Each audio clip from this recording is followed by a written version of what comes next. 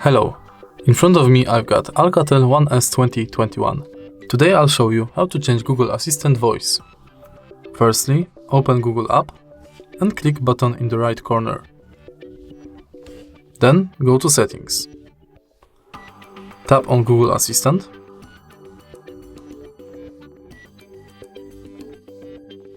Scroll down and tap on Assistant Voice. Change voice from the list.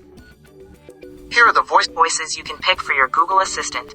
If you like this voice and want me to keep using it, just stop here. Here are the voices you can pick for your Google Assistant. If you like this voice and want me to keep using it, just stop here. If you find this video helpful, please leave like, comment and subscribe.